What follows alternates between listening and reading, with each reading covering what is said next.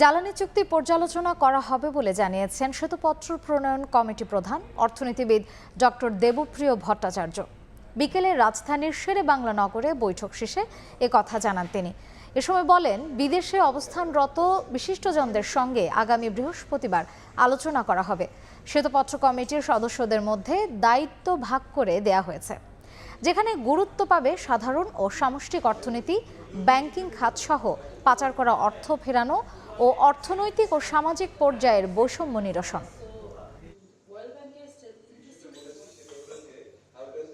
আলোচনাগুলো শুধু ঢাকায় না, ঢাকার বাইরেও হবে, এমনকি শুধু দেশের বাইরেও আমরা সেই আলোচনাগুলোকে নিয়ে যাচ্ছি। সাধারণ অর্থনৈতিক, সামষ্টিক অর্থনৈতিক বিষয় যেমন আছে, এটার ভিতরে খাতওয়ারি বিভিন্ন শিক্ষা, স্বাস্থ্য থেকে আরম্ভ করে জ্বালানি খাত ইত্যাদি আলোচনার ভিতরে আছে।